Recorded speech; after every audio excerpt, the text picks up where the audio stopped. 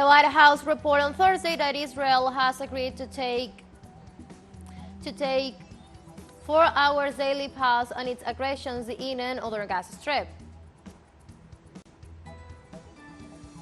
In Venezuela, the registration of political parties and social sectors to participate in the consultative referendum in defense of the Essequibo is progressing.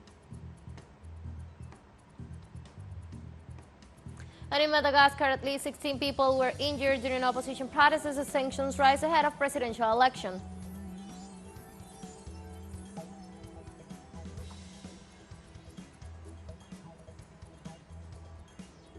Hello, welcome to From the South. I'm Ana Marrero from the teleSUR headquarters in Caracas, Venezuela.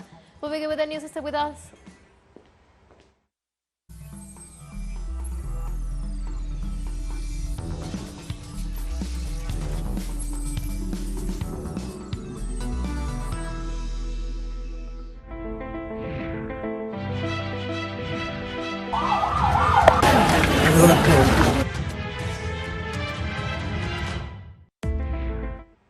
The White House reported on Thursday that Israel has agreed to take 4 hours daily pause in its aggressions in and on Gaza Strip. According to the announcement, the measure is aimed at facilitating the evacuation of civilians to the south of the Palestinian enclave. They're transferred to safe areas at the entry of aid. The National Security Council spokesperson John Kirby said that the passes will begin on Thursday, with non-Israel military operations during the duration of the pauses.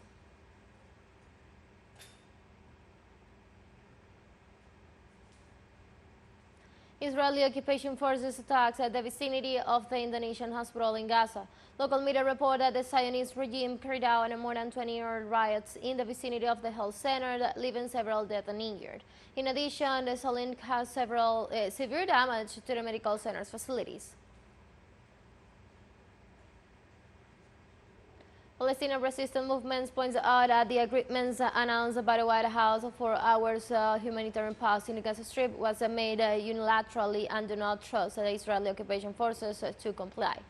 This was reported on Thursday by the media advisor to the head of the political bureau of the Hamas movement, Tahir al-Nounoud, to the Al Mayadeen channel, who added that the negotiations to reach a truce are continuing.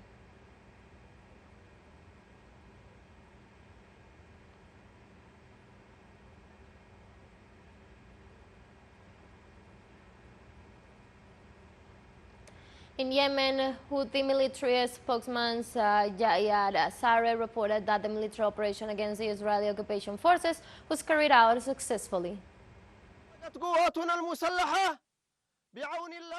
Our armed forces, with the help of Almighty God, launched a batch of ballistic missiles at several sensitive Israeli targets in the south of the occupied territories, including military targets in the Al-Rashrash region, Eilat. By the grace of Almighty God, the operation successfully achieved its objectives and it led to direct hits on designated targets. The Houthi military spokesman also reaffirmed the Yemeni support to the Palestinian Union until the end of the Israeli aggressions in Gaza. The Yemeni armed forces are continuing their military operations in support of the oppressed Palestinian people until the Israeli aggression against our brothers in Gaza is brought to an end. Russian Foreign Ministry spokeswoman Maria Zakharova qualified on Thursday the accusations of Russian involvement in the robbing of stores of David in Paris as an absolute nonsense. We talk about nationalism in NATO regularly. Russophobia is also one of the examples. This is simply an attempt to come up with a story that someone, in particular Russia, hides behind massive increase in anti-Islamic sentiments. This is stupid. This is absolutely nonsense. And this is simply unworthy. Russian Foreign Ministry spokeswoman Maria Zakharova is speaking about the possible evacuation of Russian citizens from the Gaza Strip. We just can't understand why this process, despite our prompt actions, despite our compliance with all these requirements and conditions that the parties have determined for security purposes, why this process is not unblocked. Этот процесс не разблокируется. Мы знаем о том, что израильская сторона... We know that the Israel side has given diplomatic assurances to our ambassador in Israel regarding the speedy unblocking of this process. And we were truly shocked to hear a statement yesterday from the Israel ambassador to Moscow that it could take up 2 weeks to agree on the Russian list. This logic is, of course, unacceptable. Damascus has an art exhibition organized by the Iranian Cultural Consultancy in Syria in solidarity with the Gaza Strip, an event that is part of the multiple expression of regional support for the Palestinian people in the face of the current aggressions escalation of the Zionist occupation regime. Our correspondent in Damascus, Ishan Wenus, with the details. The exhibition was attended by 45 visual artists from Iran, Palestine, Syria, and other Arab and foreign nationalities. The exhibition was a space that served to highlight the need to make use of all available means, including art and culture, to confront the Israeli war of extermination against the neighbors of the besieged Gaza Strip. We cannot remain silent, and we must act in the face of Israeli crimes, so that each person contributes their bit from their place and their profession, and on this basis we as men of culture have decided to organize this joint exhibition of Iranian, Syrian and Palestinian visual artists to express our united solidarity with the Palestinian people and their just cause. We have participated in this important activity to ratify our position of support for the Palestinian cause, because we, as Russia and the former Soviet Union, have always been in favor of this cause, and we have always supported the struggle of the Palestinian people and the other peoples of the world against Zionism and racism.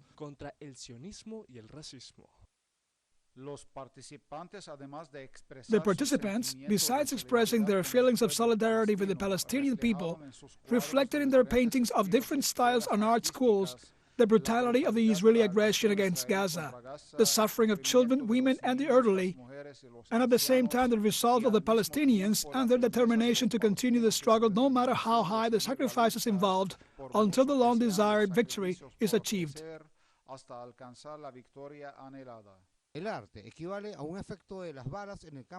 In its effect, art is equal to bullets on the battlefield, and through art artists bring the facts to the whole world, unmasking the crimes of the occupier and highlighting the heroic deeds of the resistance fighters and their comrades in Gaza and in all the occupied territories.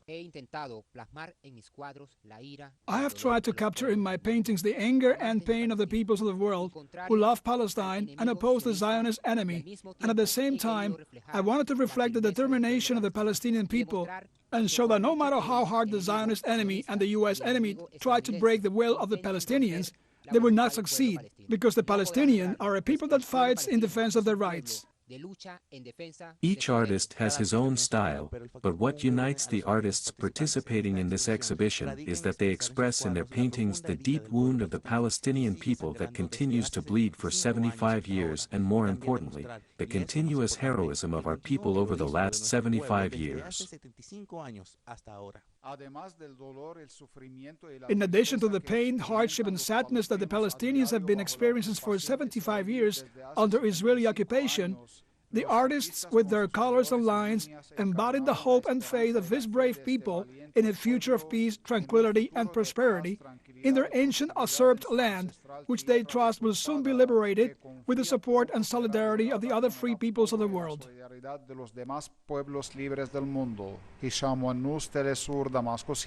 Let's take a very short break, but remember you can now join us on our TikTok account at teleSUR English, where you'll be able to see news in different formats, news updates, and more. Stay tuned for more news.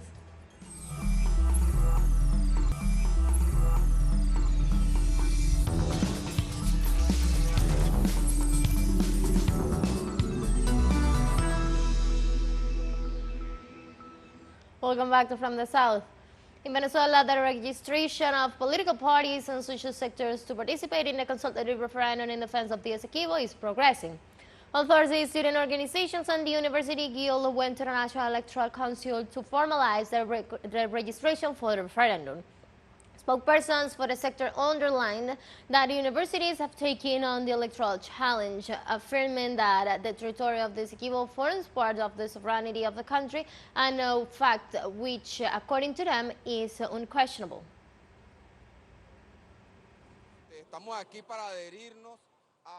We are here to adhere to the consultative referendum for the 5 yes, for our homeland, our children, our family. We are going to give the 5 times yes to the consultative referendum. The Guayana Essequibo is ours of Venezuela. Nobody gave it to US. It belongs to US by right.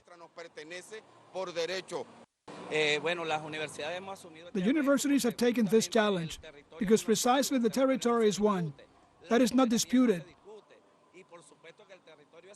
Sovereignty is not disputed, and of course the Essequibo territory has historically been and has sufficient merit to demonstrate from a legal and historical point of view that we have full rights over this large strip of Guyana Essequibo. That is our territory. In the same way, the artistic guild joined the consultative referendum chronogram in defense of the Guyana Essequibo. Artists mobilized to the vicinity of the National Electoral Council to deliver the petition and be part of the campaign.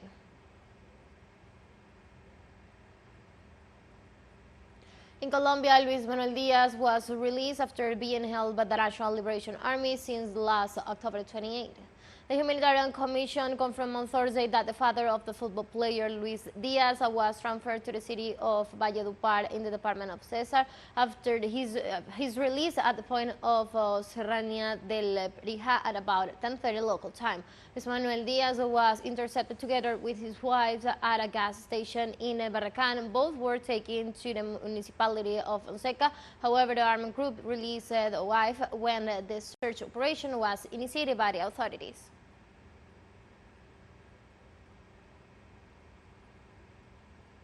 The movement of victims of the Salvadorian regime of exception, MOVID, and relative of the detained in the last 20 months urged the Ombudsman's office to intercede for the innocent people detained, especially minors. The families of the victims expressed their concern about the passivity of the office and criticized its indifference about the denunciations of abuses against the detained during the state of emergency. Ya estamos cansados.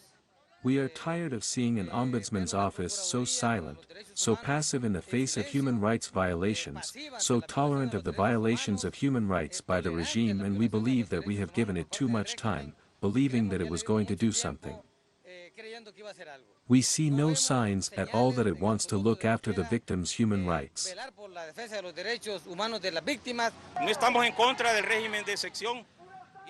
We're not against the regime of exception or the fight against crime, but let's talk about real crime, because in my case we don't have any links with gangs.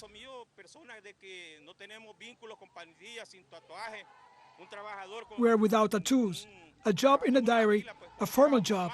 Well, they didn't give us any information about if he did something illegal.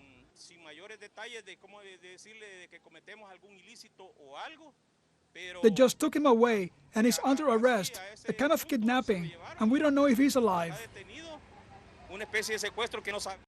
Let's take our last break, but before we invite you to visit our YouTube channel at teleSUR English, where you'll be able to watch on interviews, top stories, special broadcasts, and more. Hit the subscribe button and active the notification bell to stay up to date on the world's most recent events. One final short break, don't go away.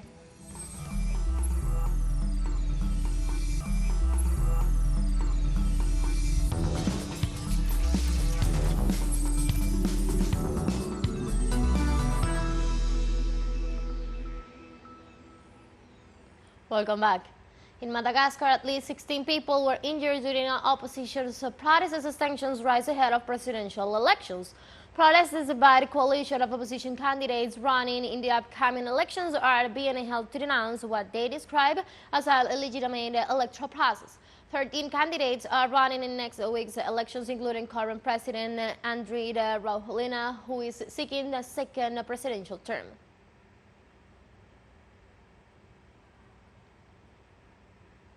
Russian President Vladimir Putin visited Kazakhstan on Thursday, where he met with President Kassym-Jomart Tokayev. Put in talks in the Kazakh capital, Astana followed his trip last month to Kyrgyzstan for the summit of ex-Soviet nations and to visit China. Speaking at the start of his talks with Tokayev, Putin hailed multifaceted ties between the countries and says that they will determine new areas of strategic cooperation. On Thursday, leaders from the economic cooperation organizations held a summit in Uzbekistan capital. Azerbaijan, Afghanistan, Kyrgyzstan, Kazakhstan, Pakistan, Turkey, and Iran are part of the Economic Cooperation Organization and the summit, which is the 16th of its kind. It was held from November 8th to November 9th. The leaders focused on improving development and promoting trade and investment opportunities in South Asia, Central Asia, and the Middle East. White House Security Council report reveals the collapse of U.S. financial support for Ukraine in recent months. The text indicates that the United States spent 68% of the allotted to Kiev. Likewise, the agency assured that the U.S. Department of Defense has only $1.1 billion for the replacement of weapons in the Army report.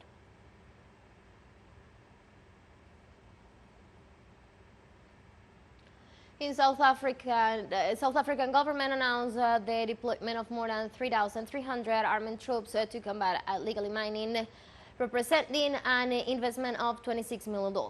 The Mineral Council of South Africa, the country's mining industry organization, says illegal mining is both in use and active mines has undermined the country's attraction as an investment destination. President Cyril Ramaphosa said the National Defense Forces has been working with the local authorities in the anti-crime operation since October 28th. And we have come to the end of this brief, but before saying goodbye, we want to thank our Caribbean audience, especially the audience of Trinidad and Tobago. We are pleased to share our newscasts and contribute to provide an alternative and news sources of the latest world's events. So you can find this and many other stories on our website at telesurenglish.net, and also join us on our socials. We're on Facebook, on X, and on Instagram as well. For Telesur English, I'm from the South, Amana Marrero. Thank you for watching.